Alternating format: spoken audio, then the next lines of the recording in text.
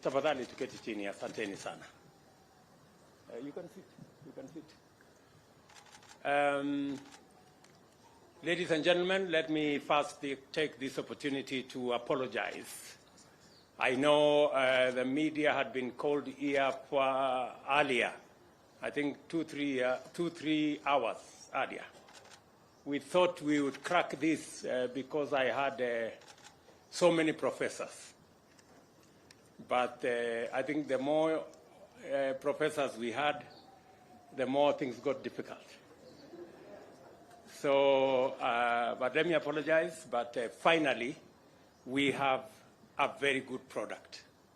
I am very proud of the agreement that has been reached between my officials at the Ministry of Education and the good people, the professors and the vice chancellors from our universities and the leadership of our TVET institutions. As Kenyans are aware, we've had a running problem almost for the last 30 years about university funding. All of us remember that the current fees that university students are paying were agreed 34 years ago, the 16,000. And it has remained that all the years. We're all aware that also that we have huge, serious crisis in the funding of our institutions of higher learning. Our universities and TVETs are struggling. Many universities have court cases. They cannot pay their lecturers. And statistics show that the 54 billion that we budget for university education is less than 50% of the requirement of our universities to carry out the curriculum being taught in our universities. As a result, universities have been forced to cut corners, if I may put it crudely, and look for alternative ways of trying to get our students taught. And therefore, it became necessary, and I did ask my economic team, led by Professor David Ndii, who is here, to sit down with our university vice chancellors. They've had many meetings. I have had many meetings myself with the team that was negotiating. I think I have had 7 different meetings for many hours. I am happy to announce to the country that finally we have a new funding model for our universities and our TVETs in the Republic of Kenya that will provide adequate resources that are predictable and that are adequate for the teaching of our children, because we believe that as a country, the single biggest resource we have as a nation is our human capital. And education is the instrument that we use to sharpen our human capital. Any underinvestment, any challenge in our education spells not very good news to our human capital. And therefore, I want to make the following statement. In recent times, higher education has experienced significant expansion, providing numerous high school graduates with opportunities to pursue a university degree or a college diploma or a certificate in a TVET. However, it also encounters various challenges, primarily due to the massive enrollments and inadequate funding. Most of our universities are sagging under a heavy burden of huge debts arising from unpaid staff salaries, unremitted statutory deductions, pensions, SACCO dues, bank loans, and unpaid suppliers. In total, our universities are indebted to the tune of 60.2 billion Kenya shillings, a figure that continues to grow every month. Similarly, the technical and vocational education training institutions, the challenge has been the increase in enrollment from about 90,000 8 years ago to 327,000, leading to a reduction in funding per trainee over the years from an average of 30,000 to as low as 17,000 a year last year. It is therefore crucial and necessary to develop a new funding model to address the financial challenges facing higher education. This new funding model does not increase university fees. Let me repeat that. This new funding model does not increase university fees. In the financial year 2022-2023, Kenya shillings 54 billion was allocated to university education, both as grant and as loans. In the next financial year, under the new model, we are increasing the budgetary allocation from 54 billion to 84.6 billion, an extra 30.6 billion. This is an increase of 56% and translates to an increase of funding per student from 152,000 to Kenya shillings 208,000, an increase of 37%. The budgetary allocation for TVETs will increase from 5.2 billion this financial year to Kenya shillings 10 billion in the, the budgetary allocation for TVETs will increase from 5.2 billion in the financial year 22-23 to Kenya shillings 10 billion in the financial year 2023-2024. The cost of training TVET students will be 67,000 Kenya shillings per year per trainee, and that is significant. Universities and TVETs will no longer receive, under the new funding model, block funding in form of grants based on differentiated unit costs. The government has resolved that university funding will henceforth be student-centered and be apportioned to individual students according to their level of need.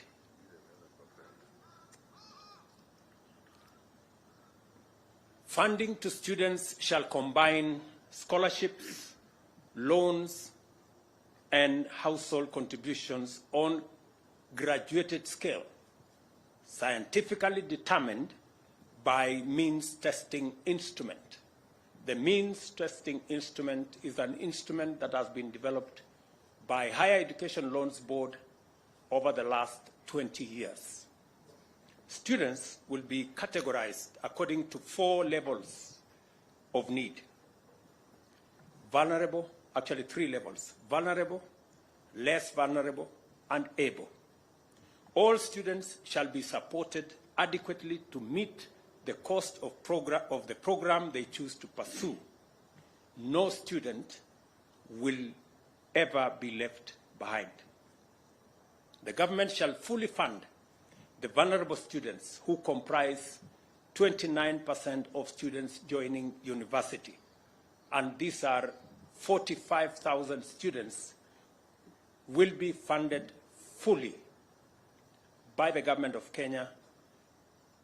And in our TVET institutions, 42,000 students this year will equally be funded fully by the government of Kenya.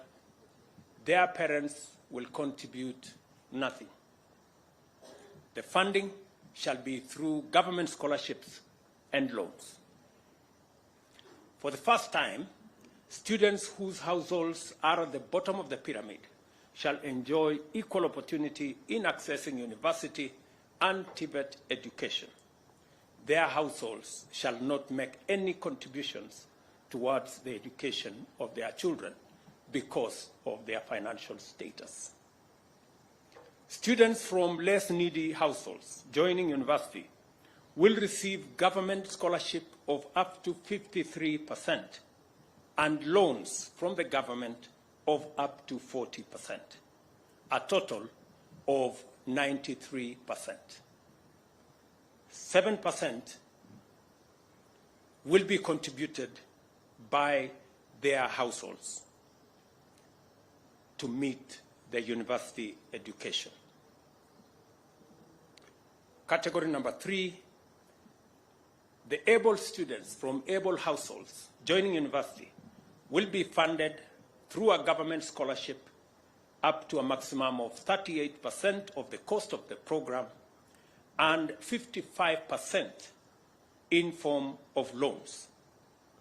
Again, in this case, their households will pay only 7%. The difference between these two is that the less needy students will get more scholarship and less loan. The able students will get more loans and less scholarship. In the TVET category, the less needy students joining TVET will receive government scholarship up to a maximum of 50% and 30% loans from the government. Their households will pay 20% of the cost. The able students joining TVETs will be funded to the tune of 32% for government scholarship and 48% for government loans, and their households will equally contribute 20% of their costs. Universities will therefore be required to declare and publicize the actual cost of their programs. No public university shall levy additional charges or raise its fees without the approval of the University Funding Board. Students who are eligible shall apply for government scholarships, loans, as well as bursaries from complementary funding agencies, including county governments, the national government constituency development funds, and private companies. The University Funding Board shall share information with students on availability of sources of funding through its portal and streamline the application program. The new model of funding higher education to be implemented effective this academic year 2023-2024 will commence with a new cohort of 173,127 students joining universities and 145,325 students joining TVETs. All continuing government-sponsored students shall be supported in line with the previous existing funding model. Starting from 2023-2024 academic year, the process of placing students to universities and TVETs shall not be linked to funding. All universities and TVETs shall, with immediate effect, disclose and provide information on the cost of their academic programs to the Kenya University and Colleges Central Placement Service. The Placement Service shall publish this information prior to placement of students so that students can choose the universities they want to join.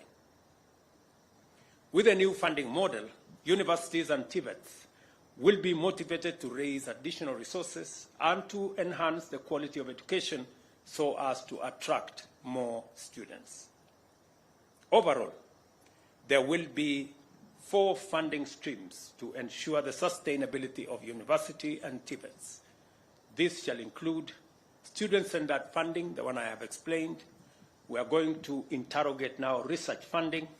We are going also to separate this from capital infrastructure grants that will now go to universities for development of university facilities. And also we will be encouraging fee-for-service, such as consultancy, where universities can provide this service. Having developed an elaborate framework on student-centered funding, we shall turn our attention to the other 3 funding options in the short term. Let me also explain that we have agreed with these good people that the Kenya National Bureau of Statistics will work out how these fees will be graduated year by year, will give us the model so that we do not end up with the situation where we are today, that we are using numbers that were agreed upon 30 years ago. These numbers shall keep increasing year by year, depending on what the Kenya National Bureau of Statistics gives us, what is that factor that we are going to be working on. The Cabinet Secretary for Education shall take immediate action to operationalize the new funding model as it has been agreed between the Government of Kenya and our university and TVET institutions. I can take a question or two. Asanteni sana.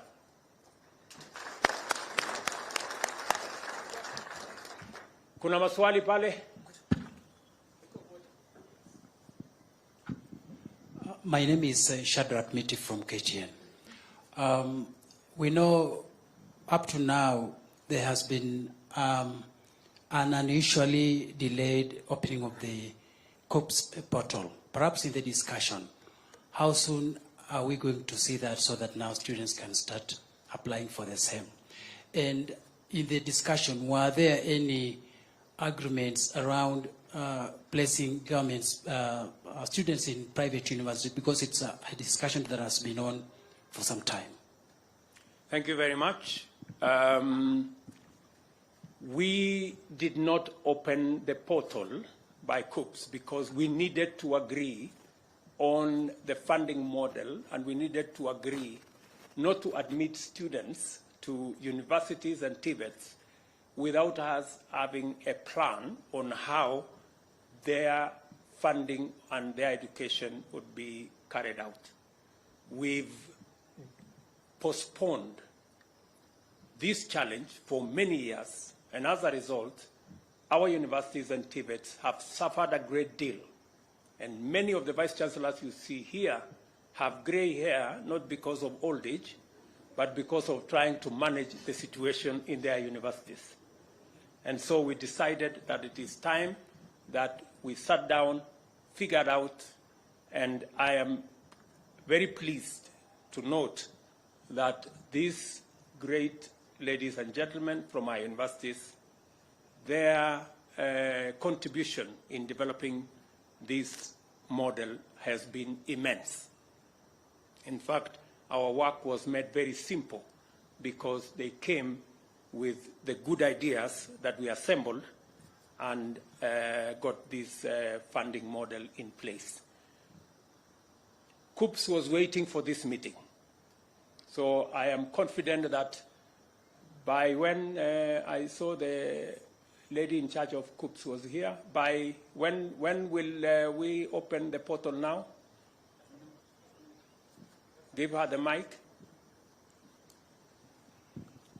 Your Excellency, once the universities have given us their costs, which I hope they will do in a week's time, we'll be ready to open. Thank you very much.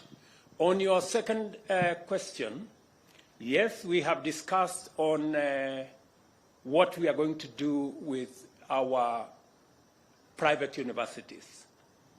And the agreement has been that, just like has been before, students who join private universities will qualify for loans from the Higher Education Loans Board.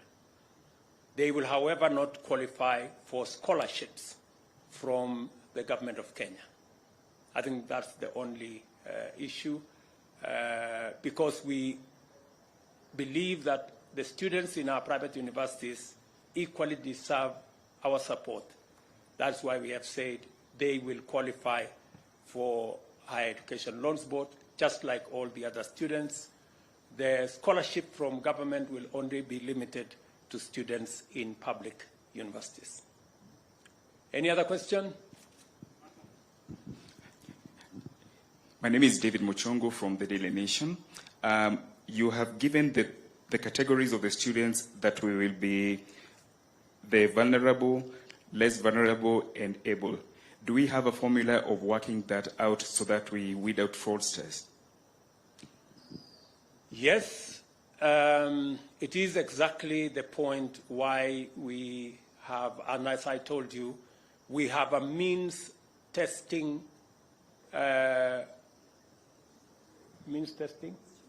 instrument. We have a means testing instrument that has been in the works since I was at the university, almost 25, 30 years ago. And it has been refined, and it is scientific, and I am confident that it can deal with the challenge of fraudsters. Maybe give the mic to Mr. Ingera, I think he's in our midst, to speak to that particular subject. Mr. Ingera is the means testing instrument able to deal with the challenge of fraudsters trying to take advantage of our university funding program. Thank you, His Excellency. I can confirm we have a lot of linkages with Kenya Revenue Authority. Maybe you can look at those cameras so that... Yes, I want to confirm that the means testing instrument has linkages with the Kenya Revenue Authority, the Registrar of Persons, and we fetch data from all these people. Remember again, the local chief has to sign off that form, and also your local pastor. So if you have to lie as a fraudster, then you lie with all those good people. Thank you. Okay. Finally, I think we are good. Situachi hapo, niko na wageni wengine, poleni wadosi. I will look for another opportunity we can